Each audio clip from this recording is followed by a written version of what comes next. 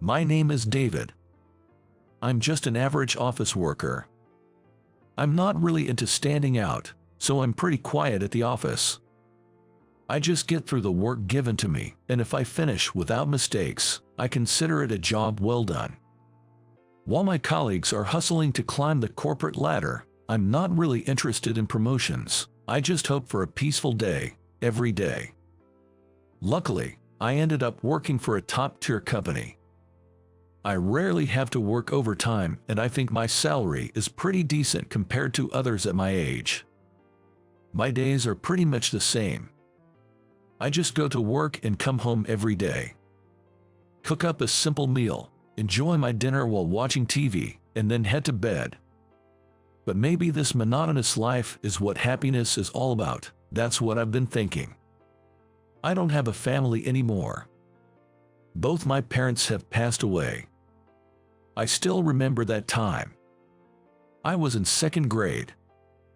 That day, both my parents had the day off, and they went out in their car, saying they had some major shopping to do. They said they'd be back by the time I got home from school, but they weren't back by evening. As night fell, a neighbor lady, Mrs. Wilson, approached me. I had been sitting in front of the house for hours, so she probably got concerned.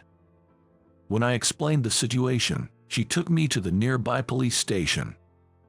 I don't know what Mrs. Wilson told them, but I remember the police suddenly getting very busy. They told me that my parents might have been in an accident. I was taken to the hospital by the police. However, upon arrival, I was told the devastating news that both my parents had died. The only thing I remember from the hospital was seeing the bodies of my mom and dad. I can't recall what happened after, like the funeral or what happened to our house. Maybe the mental shock was too big, as I seemed to have lost some of my memories. Next thing I knew, I was in an orphanage. I had no grandparents or relatives, so I had nowhere else to go. There were other kids in the facility, but I didn't really interact with them. I just followed the rules set by the staff and kept to myself. I stayed at the orphanage until I turned 18 and moved out after graduating high school. Maybe I should go to college was my main thought. With that in mind, I went on to college. Thanks to the savings and insurance money left by my parents, I could attend college without financial worries. Go to school, work a part-time job, come home and sleep. I became less talkative after my parents' death, and that hasn't changed even now as an adult. I guess I've always avoided interacting with people. Being bad at expressing my emotions probably didn't help. I've never really had close friends, let alone a significant other, mostly just acquaintances. I had always thought I'd probably end up being single, and I was okay with being alone. Even though I was just living an ordinary life, something unexpected happened one day. I'll never forget it. It was when I turned 30. On that day, I was working as usual. Things were going smoothly, and I was having a rather laid-back day. I decided to get some office supplies from the supply cabinet. To my surprise, we were running low on a lot of items. Normally, the newer employees would restock the supplies, but I thought, since I had some time, why not do it myself? So I said, I've got some free time, I'll go get the supplies, and headed to the supply room. As I switched on the light and entered the room, I began to load up a cart with supplies from my list. Then, a woman from another department walked in. Our eyes met, and we gave each other a courteous nod. Wow, a pretty girl just walked in. That's what crossed my mind instantly. It wasn't a crush or anything, but I found myself wondering, is she from the next department? I don't recall such a pretty girl working here. Taking a closer look, she had these cute beauty marks under her eyes, which made her already cool-looking eyes appear even more attractive. No, don't keep staring. It'd be so embarrassing if she caught me. I realized I'd been unintentionally staring and felt a rush of embarrassment. Taking a brief, deep breath, I composed myself and went back to collecting the supplies. But then, it happened. Suddenly, there was a deep rumbling sound, followed by a strong side-to-side shake. It was an earthquake. The shaking grew more intense. Being in the supply room, there was a high risk of things falling down. The spot where she and I were located was at the back of the supply room. The exit was too far, and with the intense shaking, it felt too risky to make a dash for it. Cover your head. Use a basket or turn a box upside down and protect yourself, I shouted instinctively. The tremor felt like it lasted forever, but thanks to the fixed shelves in the supply room, a major disaster was avoided. Supplies were scattered all over the place, but neither of us got hurt. "Are you okay?" I rushed over and asked her. She seemed fine, replying, "Yay, that was quite a shock. It lasted quite a while, didn't it?" She slowly got up and added, "It's quite a mess here, but maybe we should head outside first and check on others." Concerned about potential aftershocks and with the supply room door still closed, I started heading towards the door. "Oops, sorry." She bumped into my back. "Something wrong, though." Looking at the storage room door, I was taken aback and stood there. She leaned over from behind me and was equally stunned. To our disbelief, cardboard boxes that had been piled near the door had collapsed, blocking our exit and the path to the door.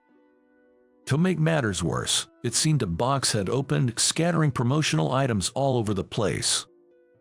"We can't get out this way. Should we clean this up?" She agreed with a sigh. I started moving the heavier boxes, asking her to pick up the lighter promotional items. "Why of all places did it have to block the door?" She complained, but continued neatly placing the scattered items back into the boxes. "Just hang on a bit longer. We'll clear a path to the door soon." I rolled up my sleeves, ready for some heavy lifting. "All right, once we move this, we can get the door open." At last, we cleared a path to the door. Thinking we could finally leave, I twisted the doorknob and pushed. Thud. "Huh?" A dull noise echoed, and despite several attempts, the door would only open a few inches. "This isn't good," I murmured to myself. Peeking through the small gap in the door, I saw a cart loaded with supplies blocking it from the other side. Other boxes had fallen over in the corridor, making it even harder to access. The cardboard boxes and cart had gotten jammed in such a way that the door wouldn't open. I tried jostling the door multiple times, but it wouldn't budge. "We're stuck," I sighed, feeling a wave of despair. But on the bright side, other co-workers are still around. Someone will eventually come, so I decided to team up with her and start cleaning up the scattered promotional items and supplies. "We really got trapped, huh?" she teased, noticing my involuntary sighs, and said in a cheery voice. "Yeah, I really thought we'd get out," I responded, laughing. However, our conversation was brief. We silently continued our tasks. As I was thinking we were nearly done, an unmistakable growling sound broke the silence. I turned my head towards the sound. She looked embarrassed as she held her stomach. "That was mine. Did you hear that?" Her face turned beet red with embarrassment. "Yes, I heard it loud and clear." I said it honestly, and we both burst out laughing. Although we were strangers, that little moment of laughter lightened the mood. While continuing to tidy up, we chatted a bit and shared our names and departments. Her name was Sarah, 4 years younger than me, and she worked in the department next to mine. As we talked, a voice from the other side of the door called out, "Hey, is anyone there?" Peeking through the gap in the door, a voice said, "Hold on, we'll clear the way." A few folks moved carts and other obstacles, enabling our safe exit. Luckily, the earthquake's damage was minimal, just some items had fallen from shelves and desks. By the next day, we were back to normal. From then on, my days were filled with routine work. Yet, I would often bump into Sarah, whom I'd met in the storage room, in the hallway, lobby, or the staff cafeteria. I hadn't realized it before, but we had crossed paths frequently within the company. We began greeting each other whenever we met. One day during lunch, while I was eating in the cafeteria, Sarah approached, asking, "Mind if I join you?" We took that opportunity to express our gratitude for that day we spent trapped together. It seemed we never found the right moment to stop and talk about it before. Sarah also wanted to thank me, saying, "I'm so glad you were there with me that day. I'm not sure if I could have gotten out if I was alone in the storage room. You really saved me." From then on, I often chatted with Sarah. Due to our lunch breaks frequently overlapping, we'd often eat together or have coffee afterwards. Though I was always a bit shy and struggled to converse, Sarah was always proactive in starting conversations, so there was never a lull. Eventually, we began to occasionally dine out in the evenings. It felt strange for a socially awkward guy like me to be out and about, engaging in so much conversation. Somehow, I just clicked with Sarah. After one of our meals, Sarah opened up about her feelings for me. It was the first time that someone confessed to me like that. I was taken aback, but that's when I realized my own feelings. Soon, Sarah and I started dating. Things moved swiftly, and before we knew it, we were discussing marriage. After a successful proposal, I visited Sarah's parents. On the day of the visit, Sarah's parents, who also lived with her older brother and his wife, warmly welcomed us. While I had planned for a brief visit, they insisted on having dinner together, making me feel right at home. Being a man of few words, I barely answered the family's questions. They even inquired about my family. I answered all their questions honestly. However, a few days after the visit, I received a message from Sarah. Apparently, Sarah's sister-in-law, Lisa, wanted to have a word with me. I wondered if they might be against our marriage, but that wasn't the case. I was told we'd discuss the matter in person, so a meeting was arranged between Sarah, Lisa, and me. On the appointed day, we met at a quiet cafe. Let me get straight to the point. Lisa began, then started asking detailed questions about my mother. When she passed away, her name, maiden name, place of birth, blood type, and more. She also inquired why I didn't have any grandparents or relatives. I answered everything within my knowledge. After a pause, she said, "Look at these photos. Does this woman look like your mother?" She showed me 2 pictures of a young woman who unmistakably resembled my mom. After confirming the resemblance, she took another breath and asked, "You're an only child, right?" When I replied yes, Lisa gave a quiet nod. She took another deep breath and said, "Let me tell you the truth about you," looking me straight in the eye. Confused, I waited for her next words. "This woman, she's my mother." Lisa's lips trembled as she spoke.